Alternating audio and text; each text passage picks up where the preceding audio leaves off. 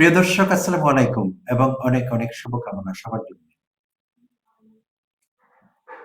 গুম সংক্রান্ত inquiry commission গত ৪ঠা জানুয়ারি তাদের চূড়ান্ত প্রতিবেদন জমা দিয়েছে অন্তর্বর্তীকালীন সরকারের প্রধান উপদেষ্টা অধ্যাপক ডক্টর মোহাম্মদ ইউনূসের কাছে। তো এইটি নিশ্চয়ই আপনারা সংবাদপত্রে পড়েছেন বা গণমাধ্যমের অন্যান্য সূত্রে জানেন বিষয়টি অলরেডি। ৪ঠা জানুয়ারি চূড়ান্ত রিপোর্ট। তার আগে আংশিক বিভিন্ন সময়ে রিপোর্ট জমা দেওয়া হয়েছে, খণ্ডিত রিপোর্ট, বাট ৪ঠা জানুয়ারি চূড়ান্ত রিপোর্টটি জমা পড়েছে।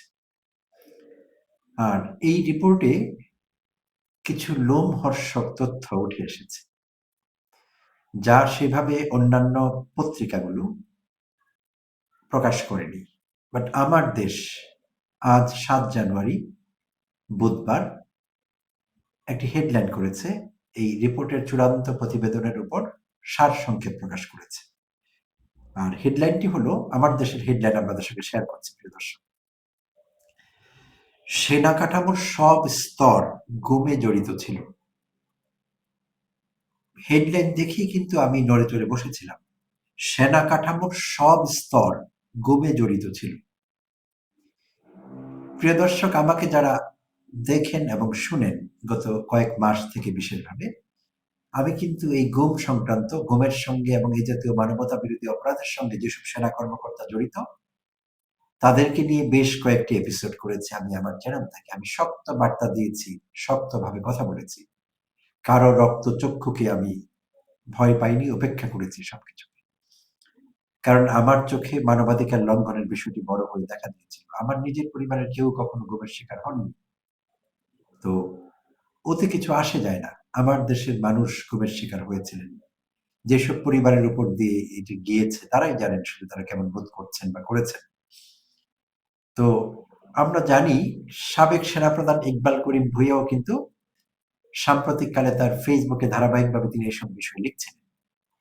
তো এই আপাত নিরীহ ভদ্রলোকটি ইকবাল করিম ভূঁইয়া, তিনিও কিন্তু সেনাপ্রধান ছিলেন এবং তিনি তার ফেসবুক পোস্টে এবং এর আগেও বিভিন্ন সাক্ষাৎকারে তিনি বলেছেন যে তিনি জানতেন সেনা সদরে, সেনানিবাসে যে এইসব অপকর্ম ঘটছে, শেখ হাসিনা সেনা কর্মকর্তাদের একাংশকে ব্যবহার করছিলেন ক্ষমতা পাকাপোক্ত করবার জন্য এবং গুম খুন জারি রেখেছিলেন।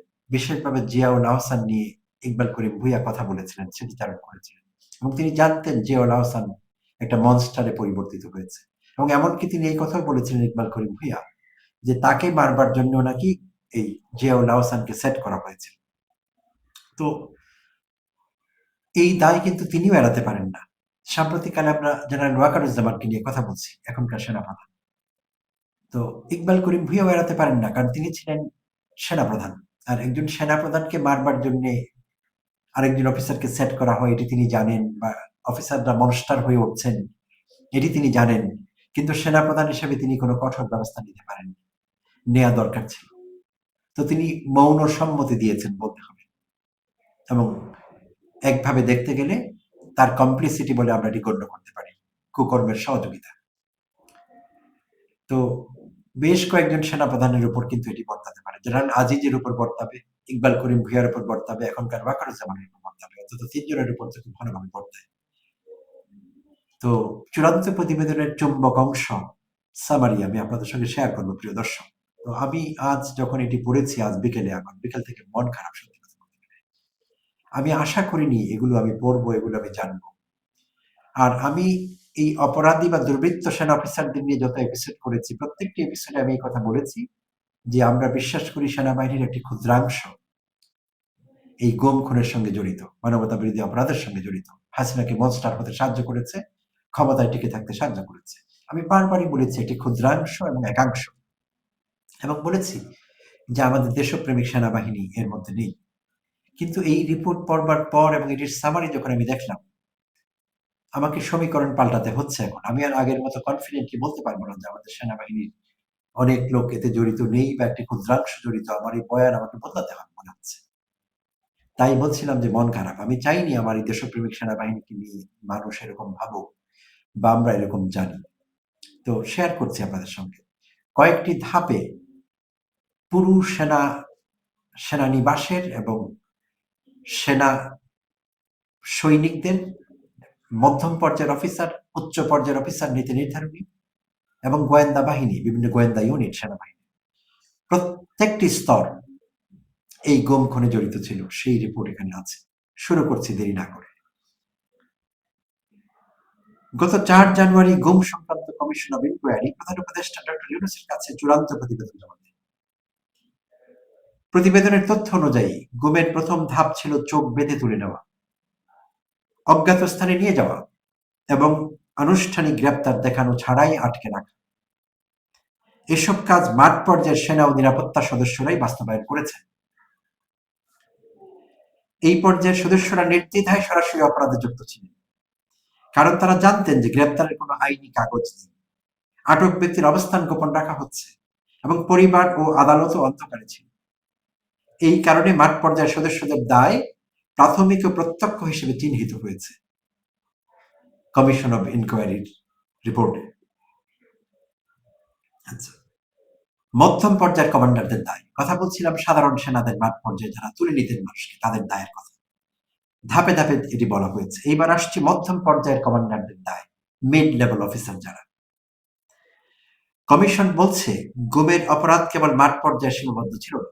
ইউনিট কমান্ডার ও মধ্যম পর্যায়ের কর্মকর্তারা আটক সেল সম্পর্কে জানতেন। এছাড়া নিয়মিত রোল কল ও প্রস্তুতির নির্দেশ দিতেন।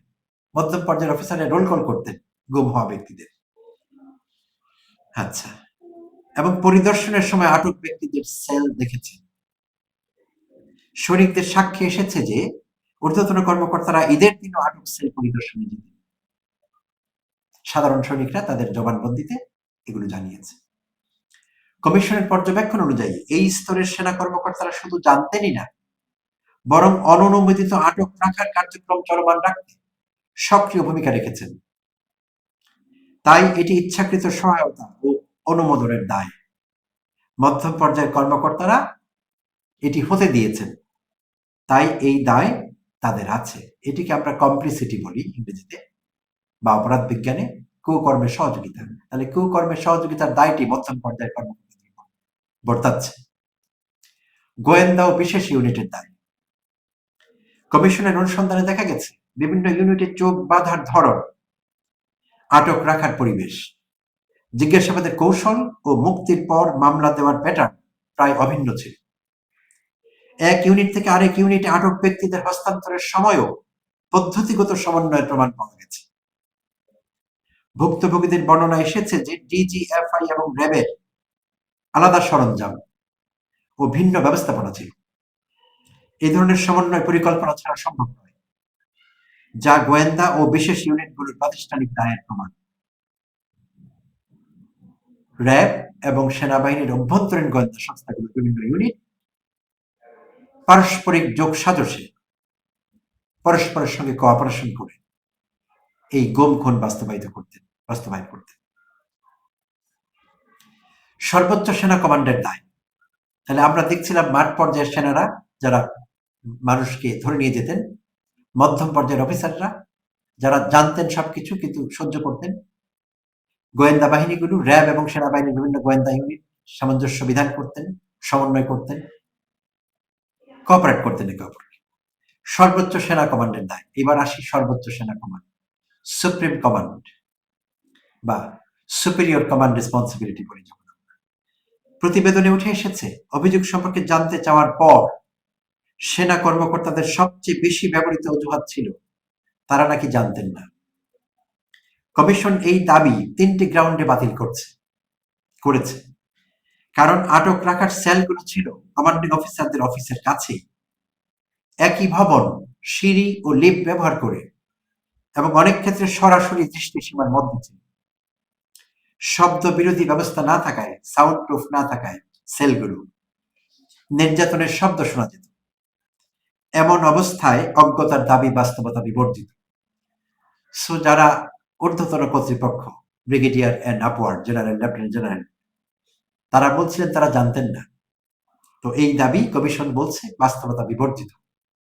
আচ্ছা, অনুসন্ধানকালে কমিশনের সামনে ডিজিএফআই এর সাবেক ডিজি লেফটেন্যান্ট জেনারেল আকবর স্বীকার করেছেন যে হুম্মাম কাদেরের গুম নিয়ে তিনি সরাসরি শেখ হাসিনার সঙ্গে কথা বলেছেন।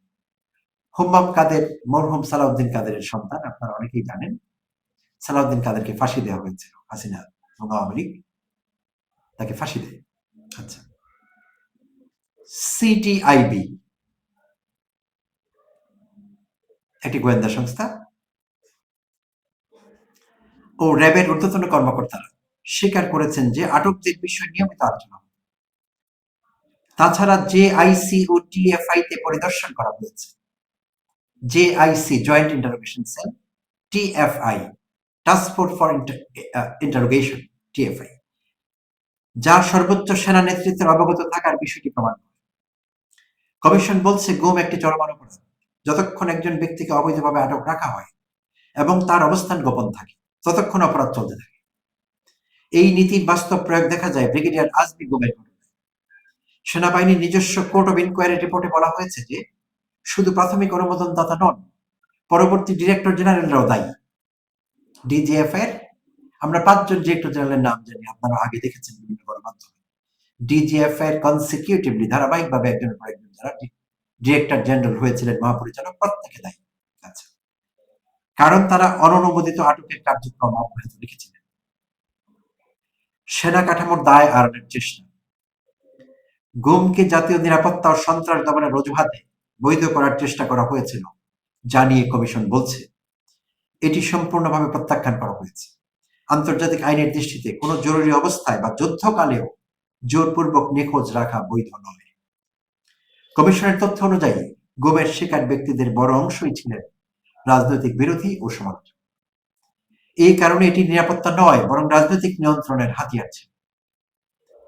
দায় এড়ানোর কাঠামোগত কৌশল। প্রতিবেদনে বলা হয় গুমের ঘটনায় সেনা আইনের আওতায় বিচার চাওয়া হয়, যা বাস্তবে দায় এড়ানোর কৌশল, কারণ সেনা আইনে গুম অপরাধ হিসেবে স্বীকৃত নয় এবং কমান্ড দায়ের সুস্পষ্ট বিধান নেই। প্রিয় দর্শক, আপনাদের জানা আছে বর্তমান সেনাপ্রধান জেনারেল ওয়াকারুজ্জামান আপ্রাণ চেষ্টা করেছিলেন যে সেনা আইনে যাতে এই অভিযুক্ত সেনা কর্মকর্তারা যারা এখন আইসিটি বা আন্তর্জাতিক অপরাধ আদালতে বিচার, যাদের মামলা বিচারাধীন, সাব জেলে থেকে হাজিরা দিচ্ছেন, এসি বাসে করে আরামে এসে থাকছেন সেখানে ক্যান্টনমেন্টের ভিতরে।